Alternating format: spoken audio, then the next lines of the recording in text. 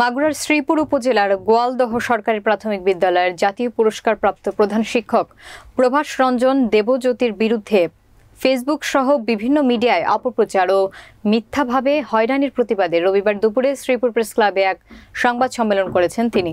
নিজস্ব প্রতিনিধি আশরাফ হোসেন পল্টুর ভিডিও প্রতিবেদনে থাকছে বিস্তারিত। সংবাদ সম্মেলনে লিখিত বক্তব্যে প্রধান শিক্ষক প্রভাস রঞ্জন দেবজ্যোতি বলেন, অক্লান্ত পরিশ্রম ও দূরদর্শী নেতৃত্বে বিদ্যালয়ের ছাত্রীদের দ্বারা 2014 থেকে 2016 সাল পর্যন্ত Bangamata Sheikh Fazilatunnesa Mujib gold cup football টুর্নামেন্টে খুলনা বিভাগীয় পর্যায়ে রানার্স আপ এবং 2022 সাল থেকে পরপর 4 বার বিভাগীয় চ্যাম্পিয়ন হয়ে জাতীয় পর্যায়ে অংশগ্রহণ করে। বর্তমানে তার বিদ্যালয়ের 21 জন খেলোয়াড় বিকেএসপি খেলছে, তার মধ্যে 12 জন খেলোয়াড় জাতীয় মহিলা দলে রয়েছে।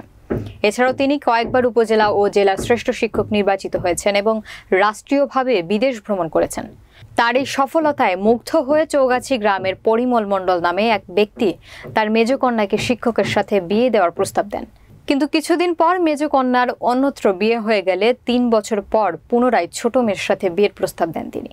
এই বিয়ের প্রস্তাবের সূত্র ধরে এক পর্যায়ে ছোট মেয়ের সঙ্গে উক্ত শিক্ষকের সুসম্পর্ক গড়ে ওঠে। এদিকে তার এই অভাবনীয় সফলতায় ঈর্ষান্বিত হয়ে গ্রামের কতিপয় ব্যক্তিরা তার বিরুদ্ধে নানা ধরনের ষড়যন্ত্রে লিপ্ত হয়। এদিকে মেয়েকে বিয়ে দেওয়ার অজুহাতে ও জমি বন্ধক রাখা সহ স্ত্রী ও মেয়েদের বিভিন্ন সমস্যা এবং প্রয়োজন দেখে 5 লক্ষাধিক টাকা গ্রহণ করেন পরিমল মণ্ডল। উক্ত টাকা ফেরত চাইতে গেলে তিনি নানা টালবাহানা শুরু করেন এবং টাকা ফেরত না দিয়ে শিক্ষককে হয়রানি করতে বিভিন্ন পথ খুঁজতে থাকে।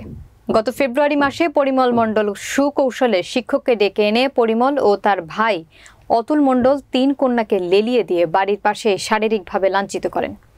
গত কয়েকদিন আগে গ্রামের একটি অনুষ্ঠানে পরিমল মণ্ডল ক্ষিপ্ত হয়ে ওই শিক্ষকের গেঞ্জির কলার চেপে শ্বাসরুদ্ধ করে কিল ঘুষিয়ে লাথি মেরে আহত করেন। এদিকে উভয়ের ধস্তাধস্তির সময় পরিমল মণ্ডল পাশে থাকা বেড়ার উপর পড়ে গিয়ে মাথায় আঘাতপ্রাপ্ত হন। সৃষ্ট ঘটনাকে পুঁজি করে চৌগাছি গ্রামের একটি স্বার্থান্বেষী মহল পরিমল মেয়েকে ব্যবহার করে তার বিরুদ্ধে ফেসবুক সহ সামাজিক যোগাযোগ মাধ্যম মিথ্যা ও ভিত্তিহীন তথ্য সরবরাহ করে অপপ্রচার চালাচ্ছে। এতে তার সুনাম ও সুখ্যাতি চরমভাবে ক্ষুণ্ণ হচ্ছে।